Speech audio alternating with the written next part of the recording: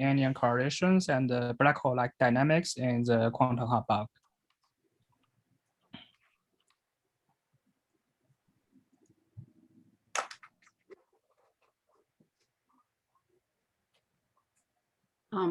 Wonderful. Can you hear me and see my screen? Yes, yes. But wait, I cannot see your pointer. Here? Oh, I can see that. Yes, thanks. Yeah. Sorry, I'll try not to use it too much. Well, thank you all for this invitation, and it's really lovely to be part of this workshop. What I'd like to tell you is work that started over a decade ago, and there have been some very recent developments in the past year or so. And it really concerns looking at quantum Hall bulk physics. One, anionic behavior, and two, highly related, we're beginning to find, as has been shown in some of the previous talks, that there's some very strong parallels to gravitational physics. So as you can see, this is done with collaborators, a lot of collaborators, and just to go over what I'll tell you in the coming time that I have.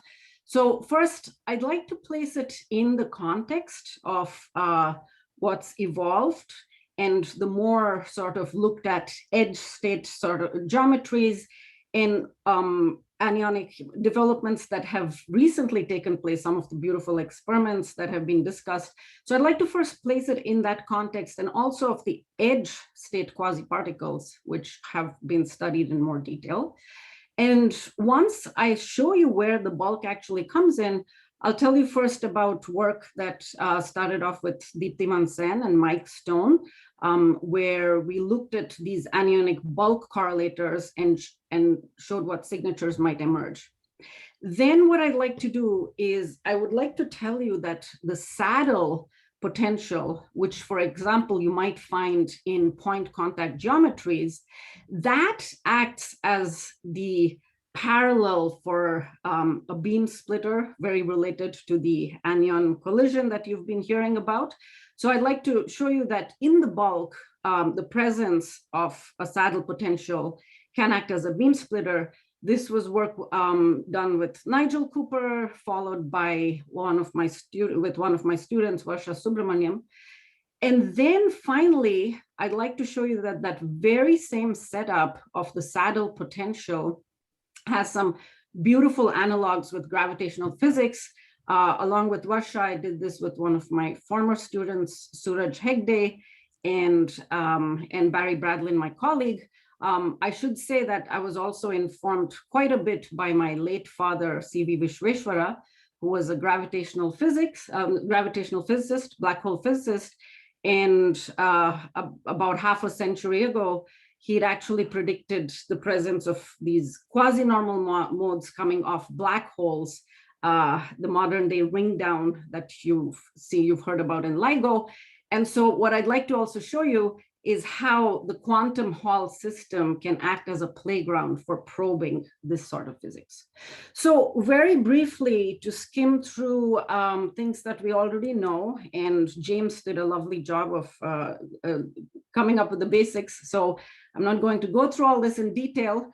As we well know, the quantum Hall system is a marvelous place for fractional quasi-particles, quasi-holes, both in terms of fractional charge and fractional statistics. In this talk, I will stick purely with Laughlin quasi-particles.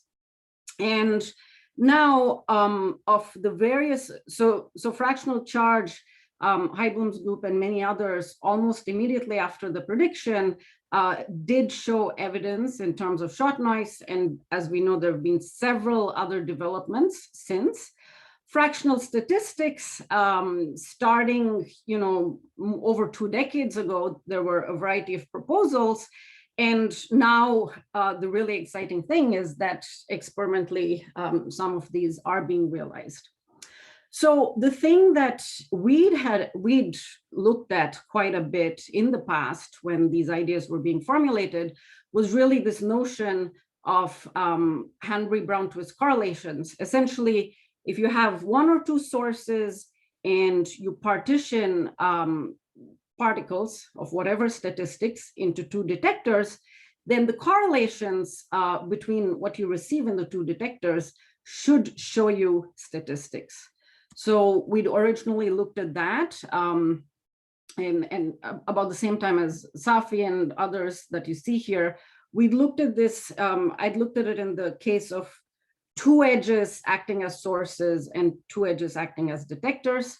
Then along with Eduardo Fradkin, Una Kim, and Mike Lawler, we looked at the partitioning from one edge into two sources. All these paid off very well. You could see the anionic phase coming in. The only issue was that in addition, you had sort of the response functions of the ed state Luttinger liquid coming in the chiral Luttinger liquid. So the signatures of fractional statistics wasn't quite as clear. And then another question is really what's going on in the bulk? Because in any of these calculations, what you do is you put in these Klein factors that effectively take care of the anionic statistics in the bulk. And then as Bernd discussed, Bert and Levkivsky, later came up with this, I really like their proposal where you get a very clean sort of evidence or clean way of picking out this anionic factor. And then of course, as we heard James talk about, lo and behold, Gwendolyn Febb's group has looked at these kinds of correlators, beam splitter or collision, if you will, in the kind of setup that they had. And then James told you about this other setup with interferometry. Okay, so this is the entire setting. And now, as you can see, some questions there, for me, there were some nagging questions, namely what's going on in the bulk. And so and this is something that you see here, what's really going on? What are these anyons actually doing? So what we did was we came up with a very simple way of addressing the problem. And we said, if we look at fractional, well, quasi-particles, quasi-holes, there's lots of work, in fact, by many of you in the audience here, where you can essentially map the excitations above this many-body ground state to just anyons in the lowest Landau level in the quantum Hall bulk. So we said, let's go along with this. We won't do anything complex like flux attachment or Chern-Simons. We will just start off looking at two particles in the bulk and two anyons to begin with. So here you have it. This is the Hamiltonian. And you can write it in terms of the center mass and relative coordinates. And you can put in the fractional charge. And then the most important thing is that you can put in the anionic boundary conditions by just taking it by this condition that I have here. So the center of the relative coordinates, if I switch the two particles, you pick up this phase factor, and that's what you have here. So geared with this, we could get a lot of mileage. If you look at the center of, so now what we do is we say, if you have two particles that are as localized as possible, and remember that you've projected onto the lowest Landau level, so you cannot, you really have to have, the best you can do is coherent states, X and Y don't commute. And so what we came up with is an entire machinery to look at coherent state bulk anyons. For the center of mass, the description is very much like what you have for a single particle. You have your usual, if you're looking at the symmetric gauge, you have your angular momentum states, and then you can look at packets, you can look at superpositions of these and form coherent states. It turns out that now when you look at the relative coordinates, that is a little more complicated. And the reason that it's more complicated is that you really have these anionic boundary conditions. And so, for example, any of these linear operators, X and Y, no longer respect the boundary conditions. You're always looking at quadratic operators. Moreover, if you look at the angular momentum states, the anionic part comes into play due to the fact that these are sort of fractional angular momentum states. You can nevertheless come up with the analog of coherent states. And there's a lovely description. For example, this is work by Linus Merheim and Hans Hansen and others, where they've come up with this sort of description. There's also a really beautiful underlying algebra to this, if any of you are interested in these kinds of notions. Okay, so then what we did is, equipped with this, we said, let's look at things like propagators. This is the lowest Landau level. Everything's degenerate, so there's really no motion. On the other hand, you can ask, if I have two particles at 2 points, and I say those are my initial sort of anyons, and then I end up at 2 other points, I can look at correlators like this. So that's something that you can evaluate in what I showed you. Never mind all the details. I will say that, and we'll extract the physics in a second, I will say that one of the nice things that came about here was that the results that we got were identical to what you might do, for example, as done by Laughlin, where you take the entire many-body state, pierce two fluxes in 2 different points, and then calculate correlators of just those flux lines, and you find that you get the same result. So that was a nice check. And then we found that there were various signatures. So for example, if you look at if you look at everything on a circle, for example, and you said that these initial particles or quasi-particles were at 2 points, and then the final, what are these correlations? One thing that we find is, so you can look at, for example, fermions versus bosons. You see that there are 2 alternate paths. These are indistinguishable. And so you can actually see that there are special angles at which, at 90 degrees, the contribution to these can, for example, result in destructive interference for fermions. So these are all things that you can see. And likewise, when you look at anyons, so this is looking at this correlator that I showed you as a function of theta on that circle and radius.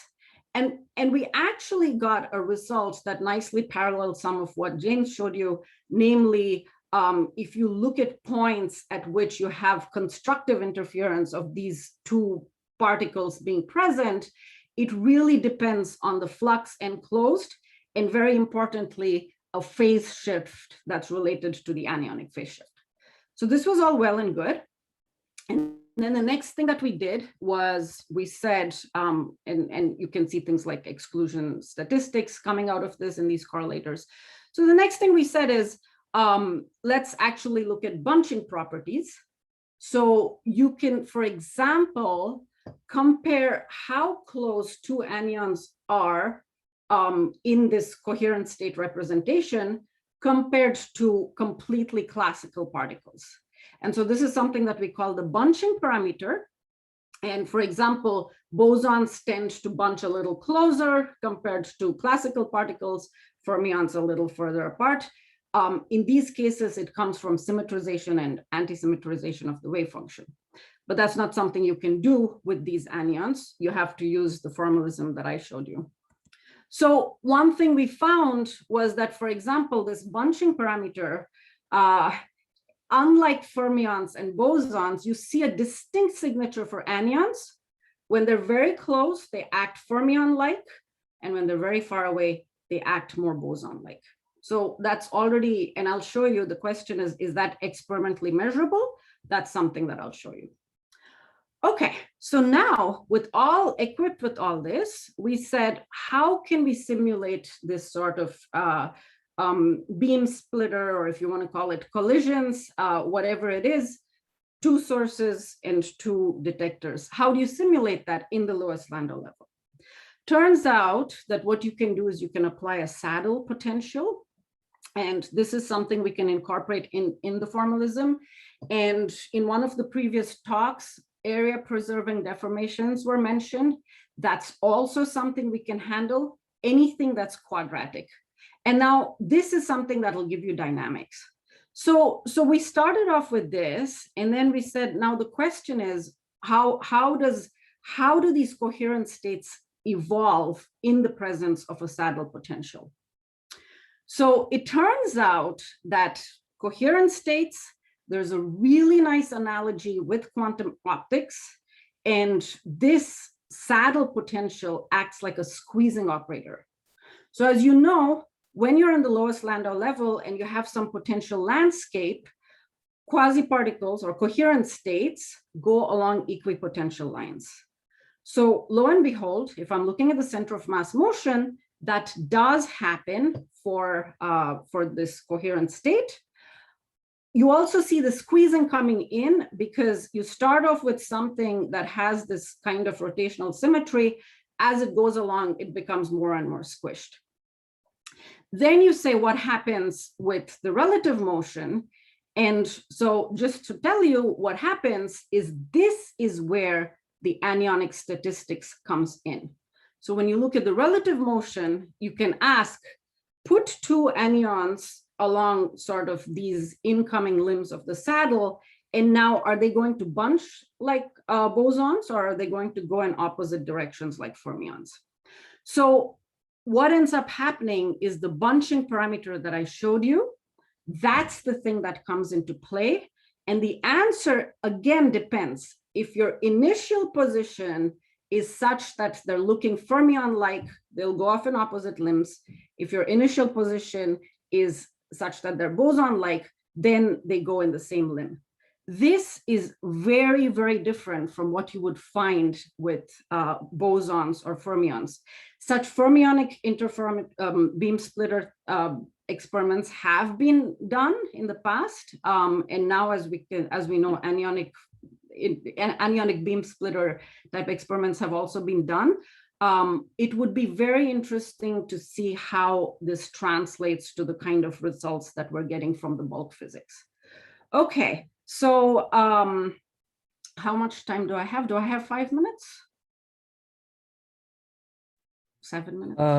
The Q&A session starts at 40, so you have 10 minutes. Yes, thank you. All right, so I was trying to rush through this because I really want to tell you about the black hole parallels. So just to summarize, what have we seen? We have looked at the bulk description of anyons. We've also introduced the saddle potential, and we've actually seen how this kind of saddle potential dynamics can take place. So one of the things, and now I can go a little slower because the gravitational part is really interesting in and of itself. And I was also thrilled to see that there's a lot of parallels that have been mentioned in this in this workshop. And I'd be very interested to see if there's any kind of overlap, which I'm sure there is, because the origin is very similar compared to some of the previous talks that were there.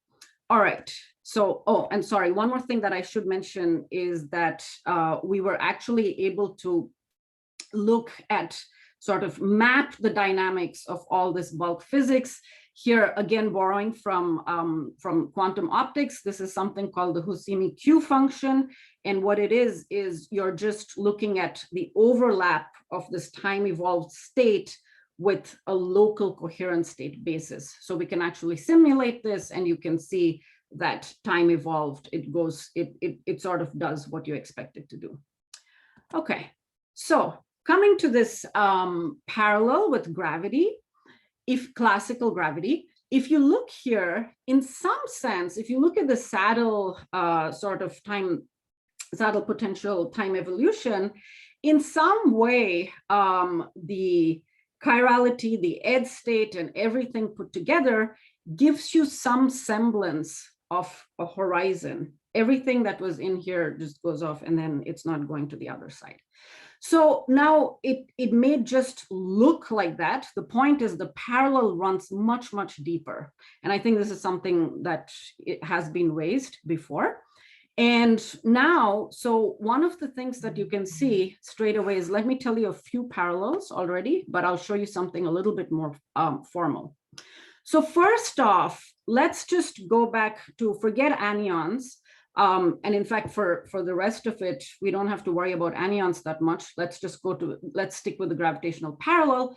So one of the things that, for example, even early work by Herb Fertig and Bert Halperin, they considered looking at tunneling across this saddle potential, just looking at equipotential energy lines and what's the tunneling sort of, what is the tunneling amplitude. So one thing, this is quadratic and x squared minus y squared, that sort of thing. You can, as you might guess, to go from to look at the initial and final sort of states, what you can do is you can do a Bogoliubov transformation, and that's one way of looking at this amplitude. I will mention that in a sense, I mean, not in a sense, this is very, very closely related to two things. One, if you're just looking at Lorentz boosts and things in space-time, in the gravity context, that's again Bogoliubov transformations. By the way, one more thing I should mention. I told you that x and y don't commute.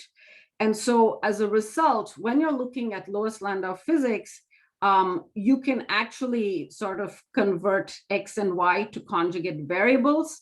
So really what you end up getting is a 1D quantum problem. And in that case, the saddle actually looks like an inverted harmonic oscillator. Okay, now one more way in which the parallel becomes much, much stronger is when you go to things like Hawking radiation. So let's just talk about what that is.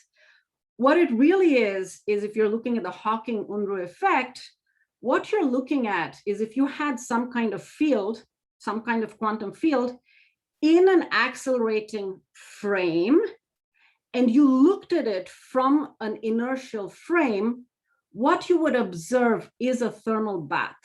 So if this field, so if you were looking at the vacuum for the accelerated frame, and you said, what does it look like for an inertial observer? What you really have is a thermal bath. And that really is the origin of Hawking radiation. So in this case, it's going close to an event horizon. So now if you look at this parallel and this sort of thing that I showed you, it's actually much, much stronger.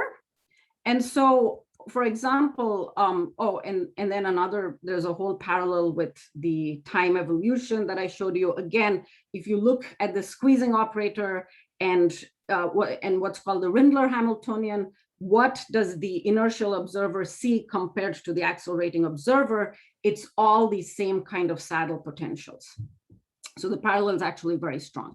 And then finally, for example, as shown by my colleague Mike Stone, there's really a one-to-one correspondence between this saddle potential scattering, if you look at the tunneling matrix element, and the sort of Hawking radiation that you have. The saddle potential, in a sense, plays the role of inverse Hawking temperature. So this was quite marvelous. We really enjoyed seeing that. And then we said, okay, can we go a step further? We're talking about black holes. What are the key signatures? How do black holes really talk to you? And so now we go to, well, we've had marvelous developments in detection of anyons. And now the other big detection, which is related to gravity, is gravitational waves. And so now the question is, are there any such parallels that can be looked at in the gravitational setting? As I told you, my father was a black hole physicist, Smitha Vishveshwara, and a lot of the formalism, actually, my former student Suraj used to be his student. He picked up a lot, and I did too along the way. And one of the things that CVV, my father, had looked at was it was the 50th anniversary last year, and this is quasi-normal modes coming off black holes. And of course, since there's been lots of extensive work done on that, but the idea here is simple. And in fact, he looked at quantum physics to understand how a black hole might speak to you. And the idea is you scatter a wave packet off the event horizon, look at what comes back, and then you have this sort of ring down, like the striking of a bell, and this is your quasi-normal mode. So we have, in the quantum Hall setting, we already have this parallel with an event horizon. And now the question is that something that we can actually simulate in the quantum Hall setting? And as I told you, so now the thing is, here's on the left, you see the sort of formalism for the quasi-normal mode. And then on the right, you have the quantum Hall setting that we know and love. So as an example, a pinched point contact geometry, where I showed you that you would have the saddle potential. So indeed, as I told you, the thing that joins both these situations is the 1D inverted, it's the 1D simple inverted simple harmonic oscillator that's coming from the saddle potential in the quantum Hall system. And then in the black hole case, outside the event horizon, you actually find that you have a potential maximum, and then that gives rise to this. And I don't know why this isn't taught in elementary quantum physics, but it's a really beautiful model for looking at, for example, alpha particle decay, all kinds of things. One signature feature of this inverted harmonic oscillator is the presence of these decaying modes. And so as a new prediction, what we are saying is that, for example, we looked at, in the previous talks, we've looked at these dilute beams of quasi-particles and quasi-holes and the like. Now the idea would be, if at all you can have a pulse that comes in, you should be able to catch signatures of the ring down. And of course, the first question one would ask is, what are characteristic timescales? Can these even be picked up in experiment? And so just to put in a few numbers, if you look, I mean, by the way, I'm just blown away by the numbers here. So if you're looking at the black hole, one solar mass translates to ring downs of about 0.35 milliseconds. To me, that number is pretty mind-blowing.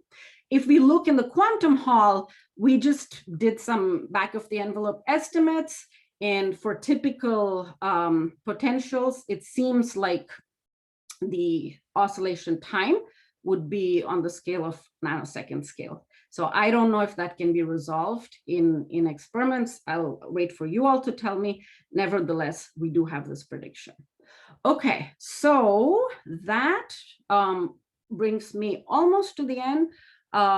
If I may just take 1 minute, what are future directions? One is, of course, trying to realize some of these gravitational parallels in experiments. That would be very exciting. I still have that nagging question on how do you connect these Anyon sort of correlations that we have in the bulk to edge state physics. That's something that I would love to hear about. That has been done for single particle, quasi-particle tunneling. I haven't seen anything yet, and I would be happy to collaborate on this, looking at two-particle tunneling events, so going beyond that Klein factor sort of description. Then, of course, what about non-abelian particles? And finally, is this something that can be realized in other systems, these coherent states like photonics or optical lattices and the like? So I shall put up my conclusion here, essentially summarizing everything. And I'll thank my collaborators for this, for a great time on all this work. And thank you all for your attention. Thank you, Smitha. Very interesting talk. Now we accept questions for